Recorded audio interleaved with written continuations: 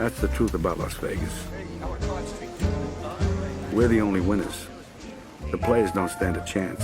5 years have passed since Goodfellas, and Scorsese is back with another Mafia story. He again casts actors that he loves working with and adding a hot actress to fill the shoes of the female lead. Everyone in the world was expecting a masterpiece, so was the movie any good? I'm Mephisto, like, share, and subscribe because this is my review of the movie Casino.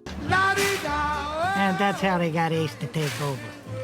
They wanted him because Ace ate, slept, and breathed gambling. Casino is not a true story, but it is modeled after real events and real people. It is a fictional story about a real relationship between the mob and Las Vegas, and how that relationship got undone after years of hard work by the FBI. Casino was adapted from a book called Casino: Love and Honor in Las Vegas. The writer of the book, Nicholas Pileggi, adapted the screenplay together with Scorsese. It was a financial success, but it got some positive yet mixed reviews by critics. In my humble opinion, it was mostly because they expected to see Goodfellas 2, and this was not it at all. Scorsese wrote to his strengths, but he could not reproduce the same kind of story that Goodfellas had. In the casino, the cardinal rule is to keep them playing and keep them coming back.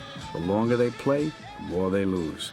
In the end, we get it all. Casino begins as Sam Rothstein gets sent to Las Vegas by the Chicago Mafia to run the Tangiers for them and to make sure the skimming off the top continues to make money for the outfit. Sam is not a made guy, but he has an eye for gambling and he knows how to manage a business. Sam, also known as Ace, does incredibly well and it shows. The Tangiers makes a lot of money. The customers are happy and the outfit sees profits. Ace is doing such a great job, the bosses fear that Sam needs extra muscle to protect their investment. So they send Nicky Santoro, a made guy, to help Ace out. See that guy? Keep a good eye on him. He's making a lot of money for us. He's going to continue making a lot of money for us. So keep a good eye on him. Not like the fucking feds out there. Sam and Nicky know each other, and they are on good terms. But what the bosses don't understand is that Sam is so successful because he doesn't have any mobsters around. He keeps everyone in check and everything working smoothly because there's no outside interference. After Nicky arrives in town, trouble starts brewing as Nicky is not a cool, calm, collective guy just like Sam. In fact, he is a massive hothead, quick to anger and to violence, and even deadly violence. This brings attention to Sam's casino and the dealings and shines an unwanted light on the whole operation. You gotta watch yourself. There's a lot of heat on you already. Why, somebody's complaining? I'm hearing things from security. They're all ex-cops. Apart from the business side of things, Sam falls in love with Ginger, a casino hustler, and he marries her. But their relationship is very, very rocky because Ginger is still in love with a 2-bit hustler that actually controls her life. This, of course, all comes to a head as Sam finds out about their ongoing relationship and takes action. I fell in love right there. But in Vegas, for a girl like Ginger, love costs money. As time goes on, Nicky becomes more and more of a problem for Sam, as the two keep clashing over who's got authority over who. Ace keeps pushing for control because he knows how to run a casino, knows how to bribe the gambling commission, and knows how the town actually works. Nicky, on the other hand, has the backing of the families back in Chicago and adds more fuel to the fire because he's a slash and burn kind of guy. You told him to go f*** himself? Is that what you did? Told him to go f*** himself? You fucking idiot! And when the S hits the fan, Sam is removed from the managerial position, divorces Ginger, who cheats on him, and almost gets killed after a botched hit attempt. For Nicky, things turn from good into awful as he kills one too many men and the bosses are not happy with him. What are you staring at, you bald-headed Jew prick? Scorsese is truly in his element. The way he shoots and cuts the movie really reminds you of Goodfellas. The long sweeping shots, the move of the camera, and the freeze frames were all there along with the narration of the story. But this time, instead of one viewpoint narration, you got two. Both Sam and Nicky tell their tale as we go along, adding to the story from their point of view. They worked out a real cute job title, too. Tangier's public relations director.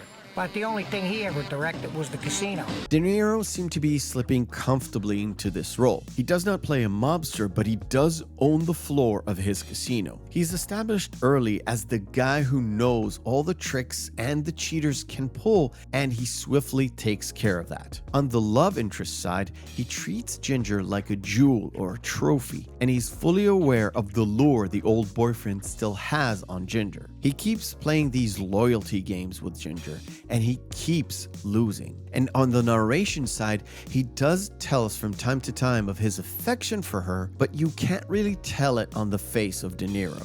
Why do you want to make me feel so bad? You're asking me for $25,000. I'm not out to make you feel bad. I want to just be able to trust you.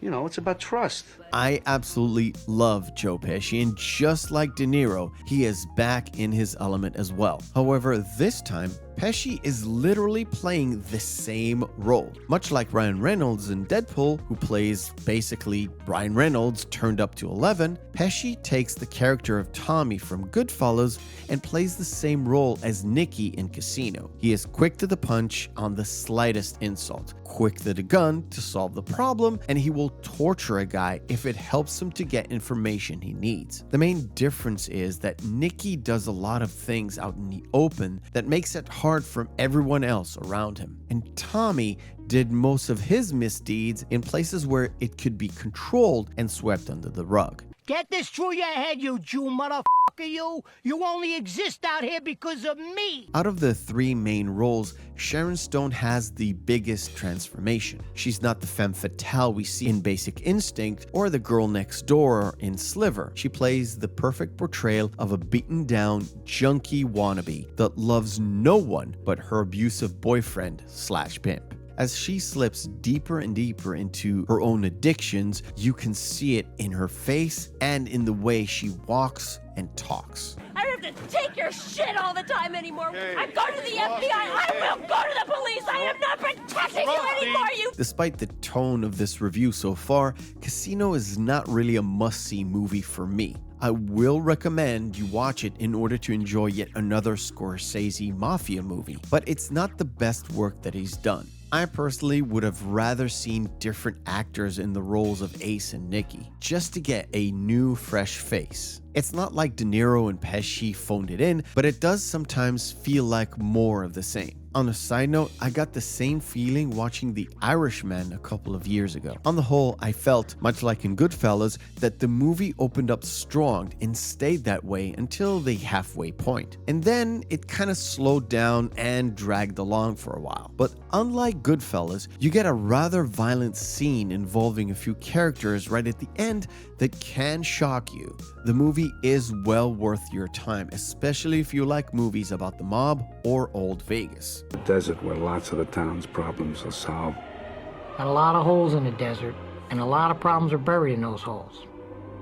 Except you gotta do it right. I thank you for watching, and remember, hope is a good thing, maybe even the best of things, and no good thing ever dies. I'll see you on the next video.